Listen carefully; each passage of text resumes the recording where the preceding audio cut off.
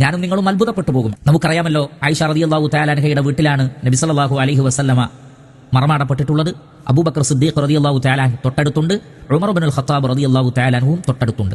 ആയിഷ റളിയല്ലാഹു അൻഹ പറയുകയാണ്, ഞാൻ വീട്ടിന്റെ ഉള്ളിൽ ജിൽബാബ് ധരിക്കാറില്ല, ഹിജാബ് ധരിക്കാറില്ല. റസൂലുള്ളാഹി സ്വല്ലല്ലാഹു അലൈഹി വസല്ലമയുടെ ഖബർ അവിടെ ഉണ്ടായിരുന്നപ്പോഴും അബൂബക്കർ സിദ്ദീഖ് റളിയല്ലാഹു അൻഹു അവിടെ ഉണ്ടായിരുന്നപ്പോഴും, കാരണം ഒന്ന് എന്റെ ഭർത്താവാണ്, രണ്ടാമത്തത് എന്റെ പിതാവാണ്, അവർ മഹ്റമകളാണ്, അതുകൊണ്ട് തന്നെ ഞാൻ അവിടെ ഹിജാബ് ധരിക്കാറില്ല.